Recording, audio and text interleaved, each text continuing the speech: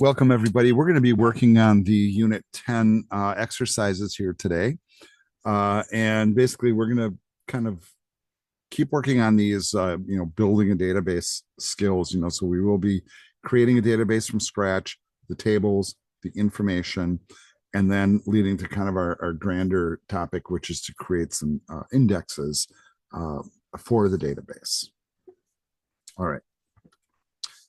First thing that we have to do is create a database. So make sure that you do have your MySQL workbench up and running. I do have some old tabs in here. And so I'm going to label, this is my old work, by the way. So when we were working on chapter 10, which is unit 9, and notice all the databases that we have here. We're going to start from scratch, though. So I'm going to create a new SQL file, and I will zoom in a little bit so it's a little easier to read. What do they want us to call it? They want us to call it rescue DB. So the command is create database rescue DB. All right. Let's go ahead and execute that query. And it says it did it. I don't see it in my sidebar. Remember, hit your little refresh tool there, and there is the database. It is blank. There's nothing in it. Okay. Let's make sure we're completing all the instructions here. First, create a new database. And it says you are to complete the following actions. Make sure you're using this database to do it, right? And so, in other words, type the use statement. So let's just do that right away just to get that done with. So let's just type use rescue DB with a semicolon. I'm going to use the selective query command here, the second one, to run just that statement. And we now are attached to that database. Right. All subsequent commands will be on that database. All right. All right. For each of the questions below, paste in print screens of the progress for each step. And it looks like they're telling us to build a table. That's how I'm saying this, right? So they have a kind of like a spreadsheet of information where somebody figured out what all the column names are going to be, the data type, right? The second last row here at the bottom, the size, if applicable, right? Whether or not it should be null. There's no indication here of what's a key, what's not a key, or any of that. Right. So we're going to do what all they're providing. They're just providing very specific information here. So we're going to use that information to build what we're doing.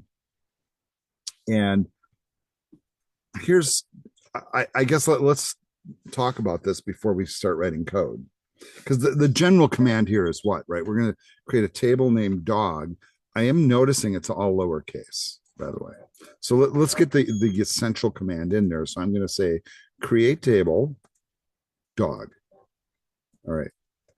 Then I know I need a set of parentheses here and a semicolon at the end. And then the typical pattern is I kind of do this, right?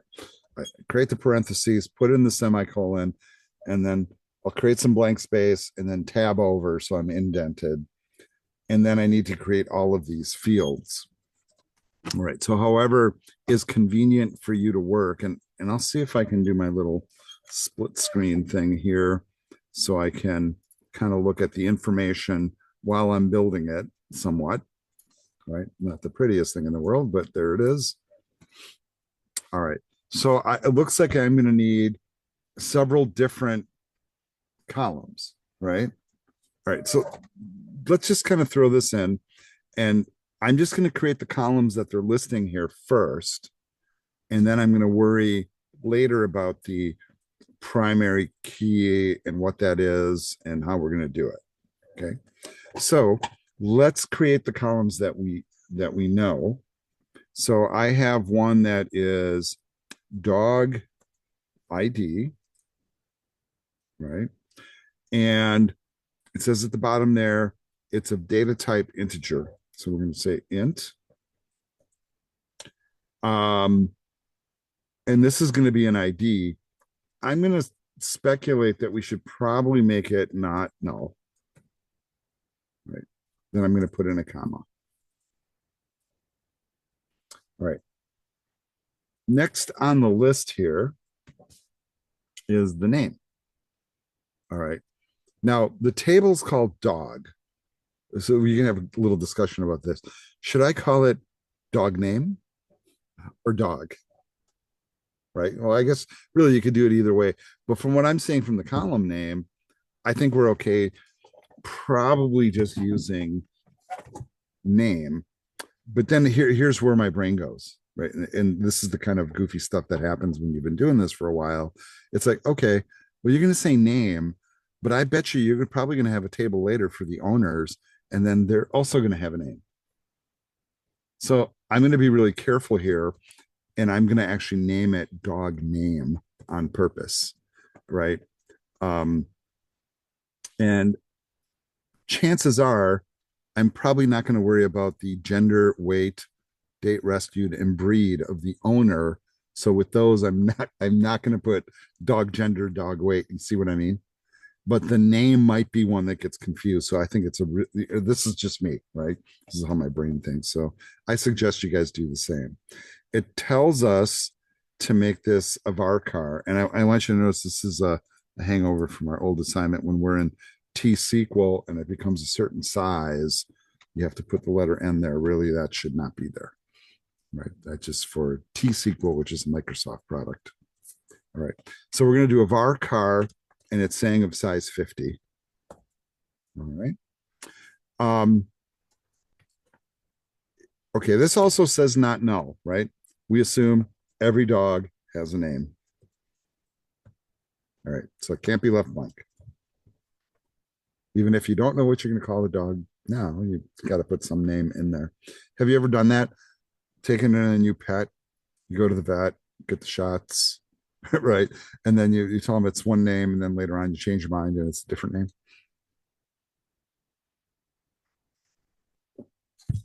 Apparently, you guys don't have pets. Maybe you do. All right. Next one is gender. And that one, okay, let's think about this. Why is it a character? Because, well, it's male or female, right? Those are the two choices. And as far as I know, animals don't declare themselves as like non-binary or anything like that. So I think we can do it with one character. So that's the why. So let's just make a car of size 1, single character. Okay, so wait a second. Should I leave this blank? Should we allow for null here? No, because I think with most animals, you can tell pretty quickly what gender they are. So I'm not going to worry about the null thing, basically, right? Also, the table there doesn't say that we should, right? So I'm not going to include it. We also want to do weight. That should be an integer. No, nothing else to go with that. Then we want date rescued. All right. What do you think? Date format? Yep. Let's do a date. And then we also need breed.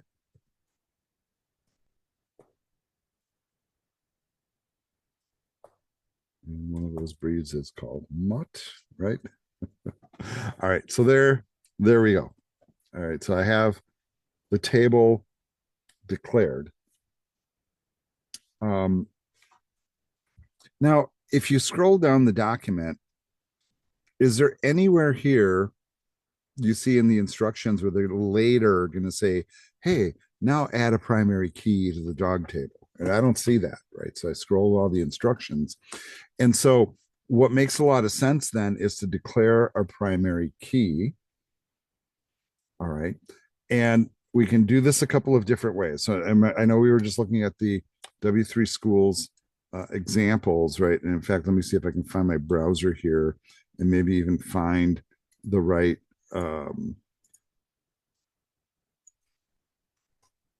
tab, right? The way they're doing it is they declare it, right? And then down here, they call it a primary key, right? And that is one approach and it works, right? But what I've done, and this is just kind of from the way I learned, and I think that most uh, database managers tend to do it this way anyhow, is they usually declare that here, right in the declaration of the column, and just say it right there. So either approach is okay. You want to use the W3 approach? Fine. All right.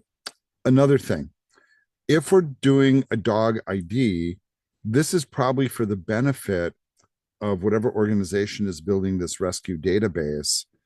And we probably want to keep track of all the dogs that we're going to be bringing in, right? And you know what? Let's start with the first one.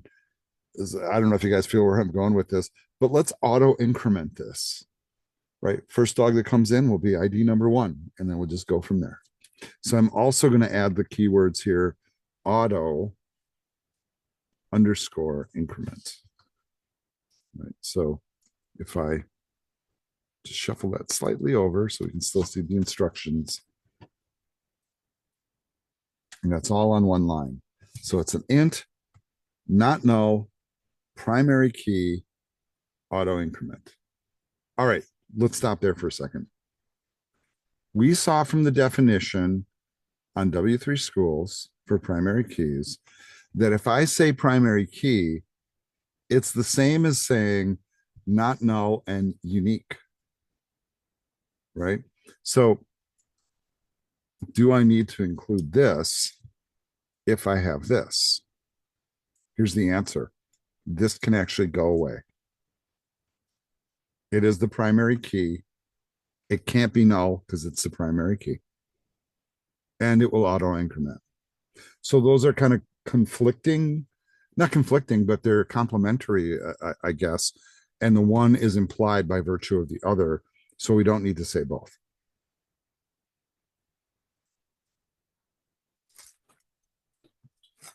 All right, so that's our query for that. And we can execute this query right away. So you want to highlight it, just put your cursor anywhere inside of it and hit the second lightning bolt there. I'm going to go ahead and build the table. Just double checking all my spelling is good. All my settings are correct. All right, there it goes. Looks like it created it. Let's do a refresh. Let's expand tables.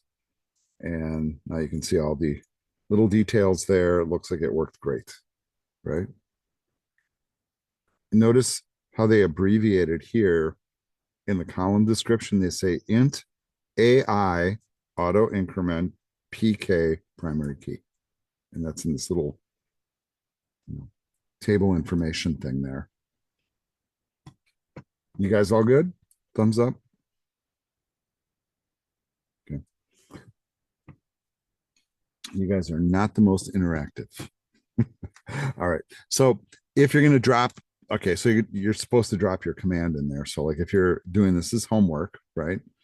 You want to take that SQL command, and now you can screenshot it if you want. You can just paste the code in there if you want, whatever works better for you. I'm going to leave that up to you guys to do though. Right. You guys are doing that step, but I do want to see your code. I'm thinking screenshots probably look better, to be real frank. All right.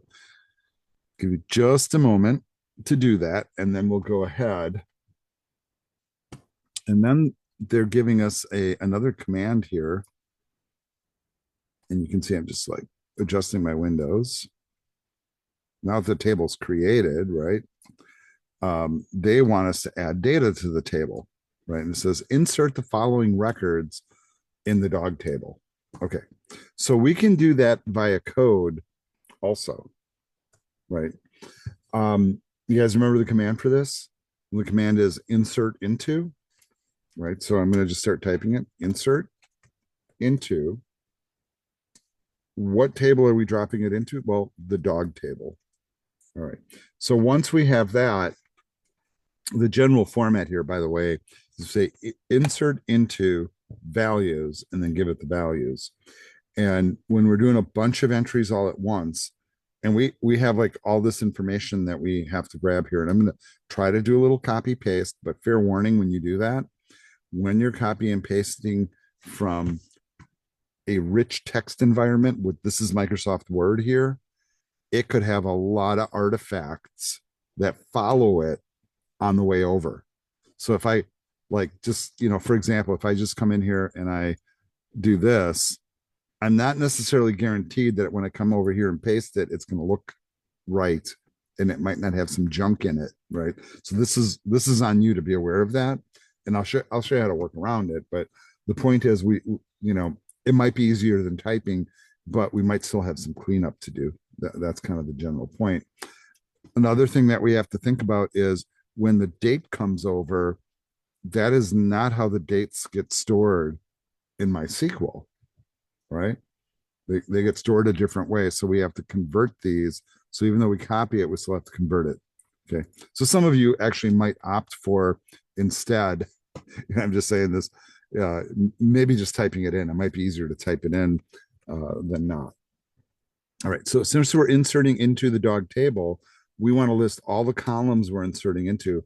Fortunately, they're listed right up there. So very easy to borrow them. So do I need to insert information into the dog ID? The answer is no, that auto increments. So that column is not included. But I do want to insert into the dog name, right? The gender, the weight, the rescue date, and the breed. And notice how I'm doing this all as one statement. And at least for the moment here, I'm just going to kind of widen this out so you can see it all at once, right? So there's the whole statement, right? Then we say, what values are we inserting? And then normally what I do is I'll indent once here, and then in parentheses, I'm going to insert all the hard-coded values as literal strings. So for example, for the first record, I'm going to say max, comma, well, the gender is male. The weight is 55. Okay, now the date is 12/15/22, right? So what am I entering in? I'm going to say 2022-12-15, right? So we go year, month, day, and close it with a double quote on top of it. And then we need the breed. And this is where I might want to, copy paste. And this is inside double quotes. German short-haired pointer. All right. Now I'm going to have multiple records I'm dropping in. So after I have one of these records, I'm going to put in a comma. And I know we've done this before, but just remember, like, we're listing the fields we're inserting to in order. That means when we add the values, this order of the values must match the order of the columns. Okay. So just be mindful, basically, is what I'm saying. All right. Now you can manually enter it in for all the dogs just that way, if you wish. But I'm going to see like what a copy paste looks like. All right. And this is just for the sake of example. So I'm getting my parentheses there. And for Rudy, I'm going to try just copying across. I'm doing a Control C to copy, and I'm pasting in. And I'm like, okay, not great, but not terrible, right? So now I have to do a little cleanup, right? So I'm not sure that this is a time saver, is kind of like ultimately my point here. And it also pulled in tab stops for everything. So I might have to get rid of those. So you see how I'm deleting those? Like right now, if I arrow left and right, it jumps a big distance. that tells me there's a tab in there. So I'm deleting it and then fixing up the information. This is another 12, 15, 22. So that's actually the same date as this, right? Well, you know what? Let's just copy that then. Put in our comma. I'm deleting and then adding a space back and then putting quotes around that one. All right. So I don't know. What do you guys think? Is that faster? I'm not sure, for the little amount of information we have, I don't think it's really much faster. I'm almost preferring to just type it in. So that's what I'm going to do. One thing that you can run into a problem with, and this is where I caution you real strongly, is if you are copying stuff from a rich text document like this, and I'm going to do something really bizarre. So this, if you guys are watching my document over here, I'm going to type in inside of double quotes, whatever, one of my favorite little phrases, right? And this is not something that people really notice about Microsoft Word, but I'm like zooming into a ridiculous level on purpose, right? And I'm not trying to like read each pixel, but what I'm looking at is, notice how I took the word whatever and I put double quotes around it. And do you notice that this added to whatever what we call actually smart quotes, which means, and it's hard to see, but the ones in front of whatever are tilted and they're a little bigger at the bottom. So it's kind of like an upside down comma, right? And then notice these at the end go the other direction. These are called smart quotes. And when I take something like this and I paste it into my code, do you notice what just happened? The smart quotes came with, and I want you to notice over here that they're different than the double quotes in coding. So double quotes and single quotes that we use in coding are separate characters than what we call smart quotes in Microsoft Word that have those little curls to them. They have a different ASCII code. They look nicer for printing, but in code, they break. So really careful when you copy from one environment to the other and it's containing quotes, don't be deceived or fooled or whatever, that because those quotes might not work, basically. All right, so let's just keep the manual going here then.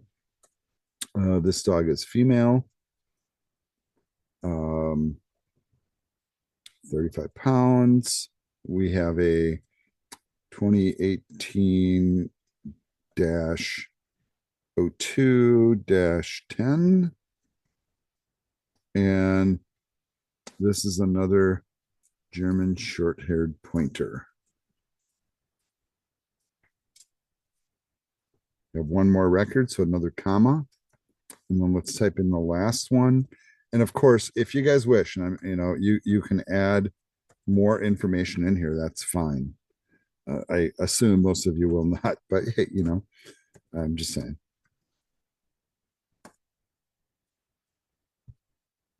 All right. So one question a lot of people will have when they're kind of new to this, right? Here I am typing up information that's going into a database.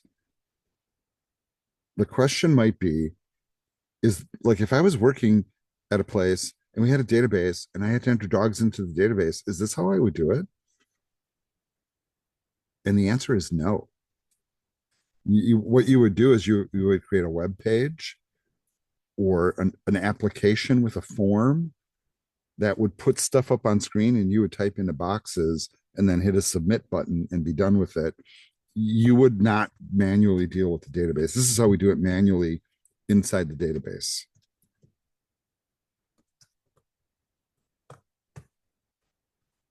All right, that's the last dog.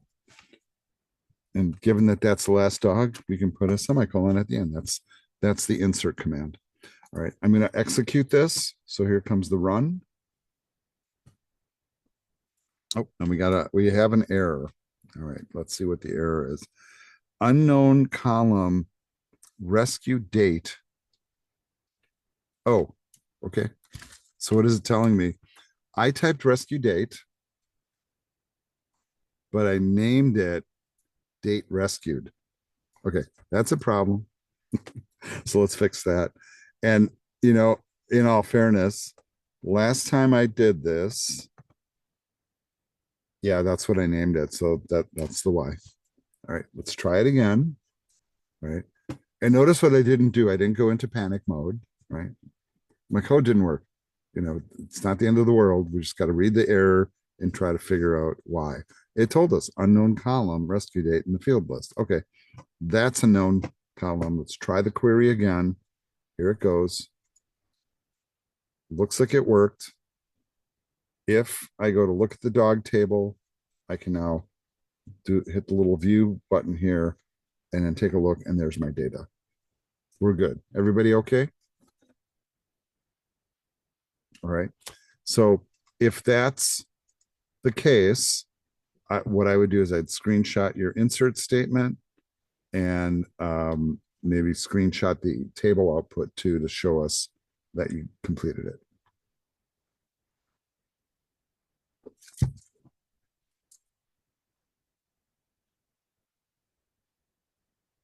All right.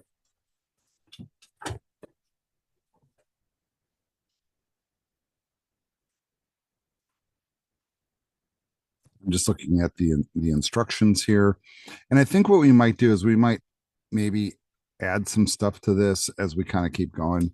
But for right now, let's just work with this one table and follow the instructions that they're giving us here. Next, they're asking us to run a query. And the query is given. So you can just literally grab this. And then I want you to notice that one of the things is spelled incorrectly here. So we have a decision to make. We could, for example, fix the column name, but I think I'm going to fix it in the query since I've already done it. So let's go here now, come back to the margin, paste that in. This is the problem column name. So I'm just simply going to copy that and paste it in there to fix it. So now we're going to run this query. We're going to select the dog name, gender, weight, and date rescued, and the breed from the dog table where the gender is female. All right. Let's run this. Make sure your cursor's in there somewhere. All right. And it's not a surprising result given the small data set that we have. Right. And we'll notice that the gender here is female. And then the question is, how many rows did the query have to search? Okay, that's kind of an interesting thought, right? So, and this is kind of to kind of give you the idea about like how indexes work, basically, you guys. And that is, well, it went through each column of it or each row of information and then went to that gender column, right? And said, does this say female? Nope. Does this say female? Nope. Does this say female? Yep. All right, grab that one. Does this say female? Nope. That's how it did it. Now, if I had an index where it would maybe already like gather all the females together, this is why, you know, it's something with an index where it's a little faster. Would it find the females faster? And the answer is yes. That this is the why. Now we are working with a very, very small set of data, right? And this is really kind of one of those goofy things. But if I wanted to build a database that had a lot more data in it and see how much more efficient it is with an index or without, what you could do is you could take this query, for example, take it to an AI engine and ask it to generate 100 more records for you. So, okay, so why? Not because you're dumb and don't know how to do it yourself, but do you want to sit there and type in 100 fake dog names just to see how the database works? Right? They're a perfect job for AI, by the way. Right. And this is the mindset of the modern coder that we're entering into now. is when we do have those weird repetitive tasks. That's how we use AI to help our work, not to change the conceptions of what we're doing, but to take like these, oh my God, drudgery tasks that are mechanical and repetitive, and then ask the engine to do it for us. So if you wanted, you could do that. All right. I'm looking at time and I don't think we have enough time to do that, but hey, it is what it is.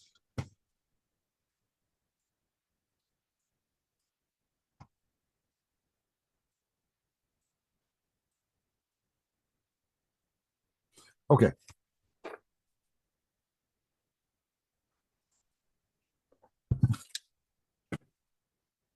Let's move on to the next question. It says, now create the following index on the ID column of the table dog. And we're just going to borrow that command directly. Right? I don't want to retype it. So I'm pasting that in. It says create index. And notice here's a different convention, which is IX gender. I think W3Schools showed IDX. I see others doing index, whatever it is. We'll just go with what the example says. No reason to really change it, right? All right. We're going to run this query. All right. Looks like it worked, right? And then if I come to the dog table now, is there any indication here that this is indexed?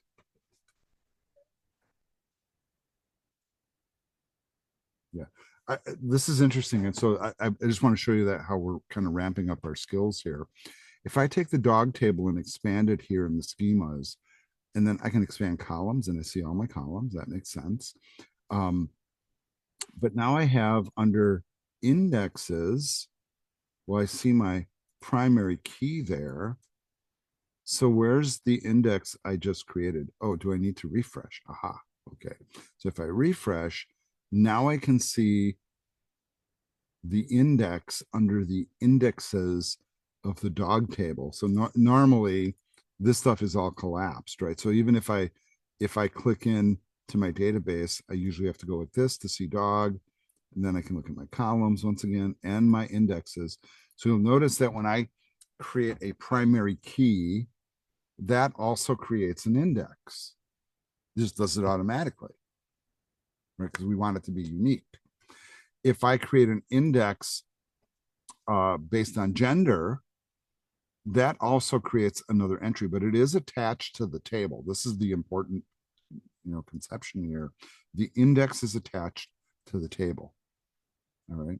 All right. So there's a command that we can look at here, right, to show the indexes from the dog table. And we're kind of doing it using the schemas table. But I also want you to look down here. It tells you what kind of index is it.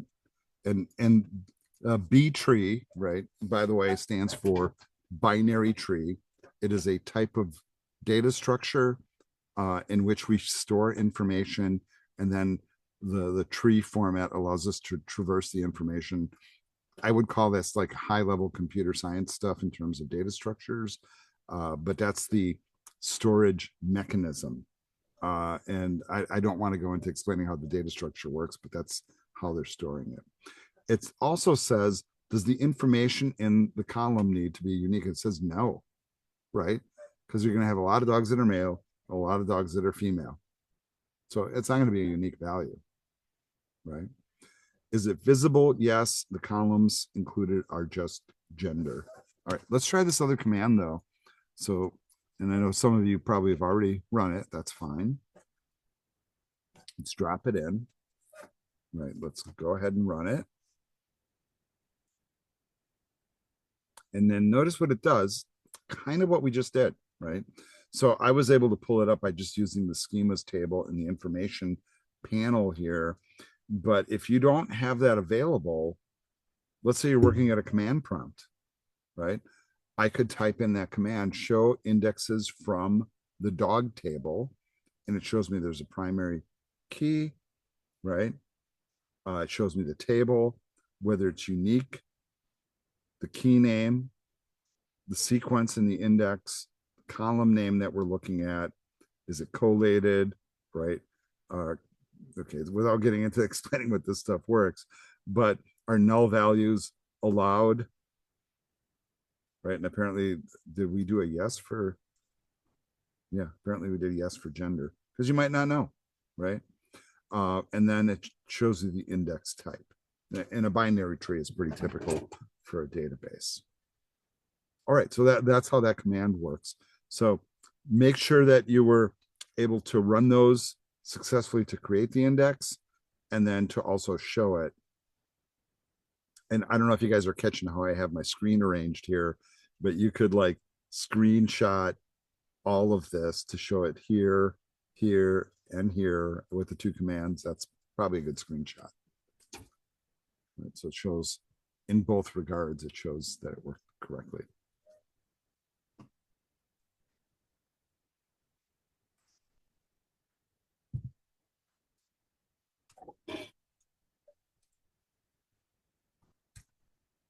All right. Next, we're going to do this other query here, which is to do what we call an explain. And I'm just, once again, this is one that I'm copying verbatim. I do have to fix that last or the date rescued thing, right? So if you guys are copy pasting from the document, you're going to have to be smart enough to fix that. Right. I want you to know this is basically just a select statement, right? We're just selecting the columns from the dog table with all the females, and then we want an explanation of it. So let's run it and you'll see what the output is so that it makes sense. Here comes the run, right? And I'm gonna expand the table here. I don't think there's any, okay, there isn't any extra stuff that's being hidden. All right, so the select type is simple table. There's no partitions here. It's a reference type. The key we're looking under is gender. So when we are running this select statement, instead of it just running it as it normally did up here, it is now looking to the index. So it's got a key that it's following. So this is the difference. If I had a super large data set, it would already have all the females sorted and it would come back that much faster. Now, when I have like 4 dogs in my table, okay, you're not really seeing the difference, right? If I had 10,000 dogs in the table, right? And let's say, 40% are male, 40% are female, and 10% are something else, right? Or not declared. This would already have all the females indexed, and it would skip searching all the stuff that doesn't have female as the gender. Now think about like the speed difference. If half the records are male and I don't have to search them because they're already indexed, oh my God, that saves me a whole bunch of time.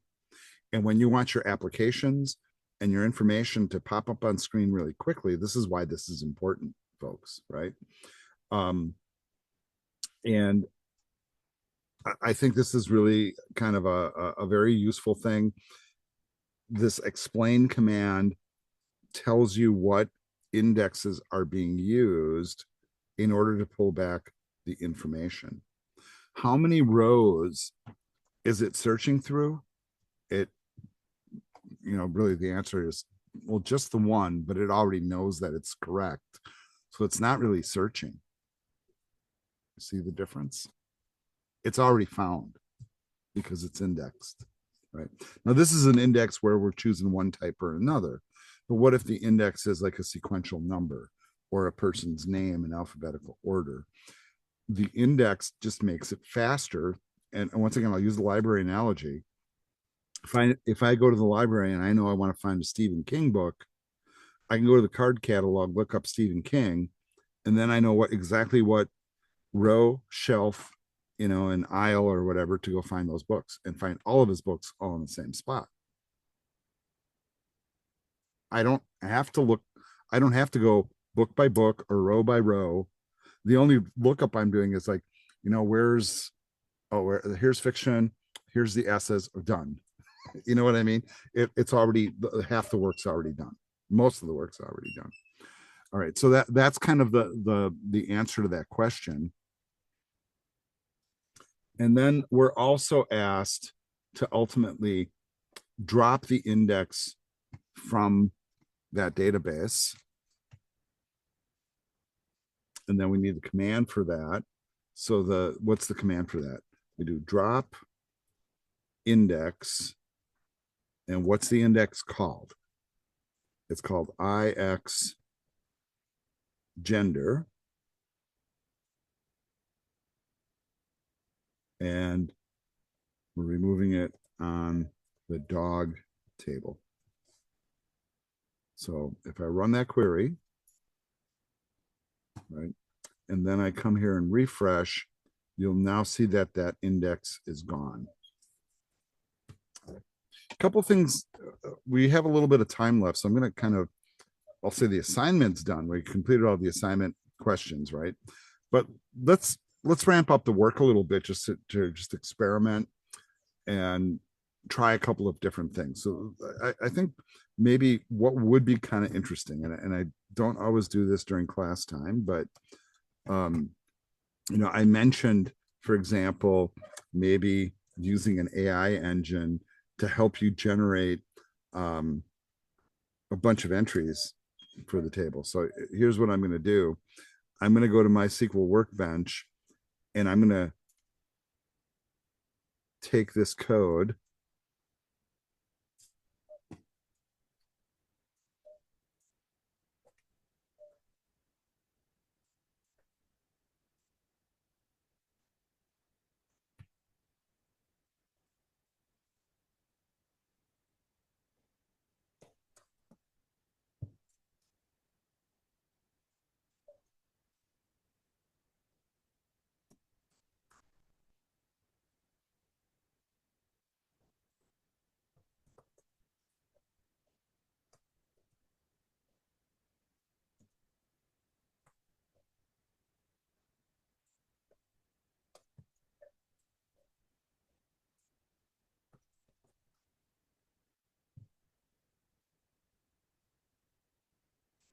Oh, yeah. And I didn't give it the example, did I?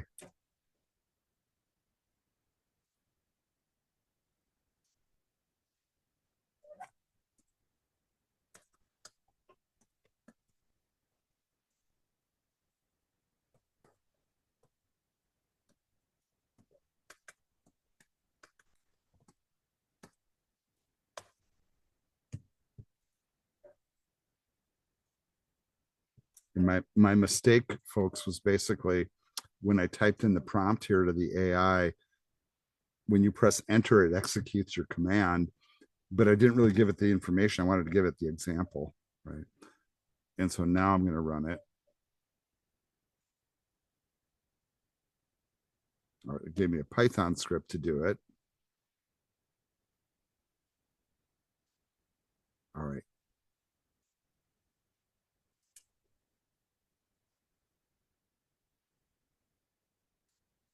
Let me see if it actually, and really what I should do is take that prompt again. Right. So this was kind of an epic fail because it didn't really quite do it. But the point is, right, if I do copy that code and I am going to create, I'm just trying to give you guys some clever ideas here.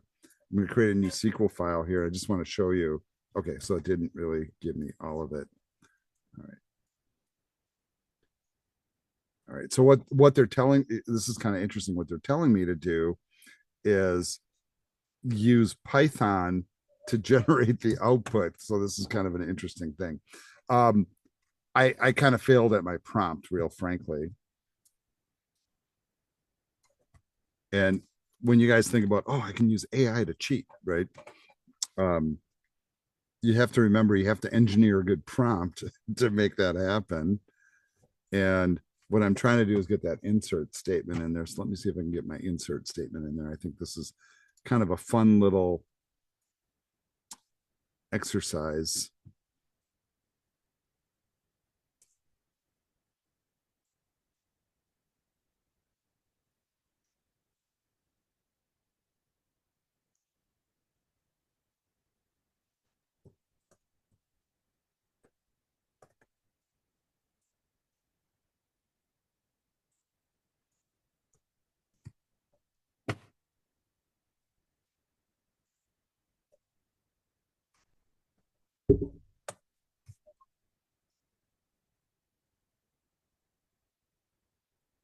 Seems like it's still giving me a Python script. Oh no, there it goes.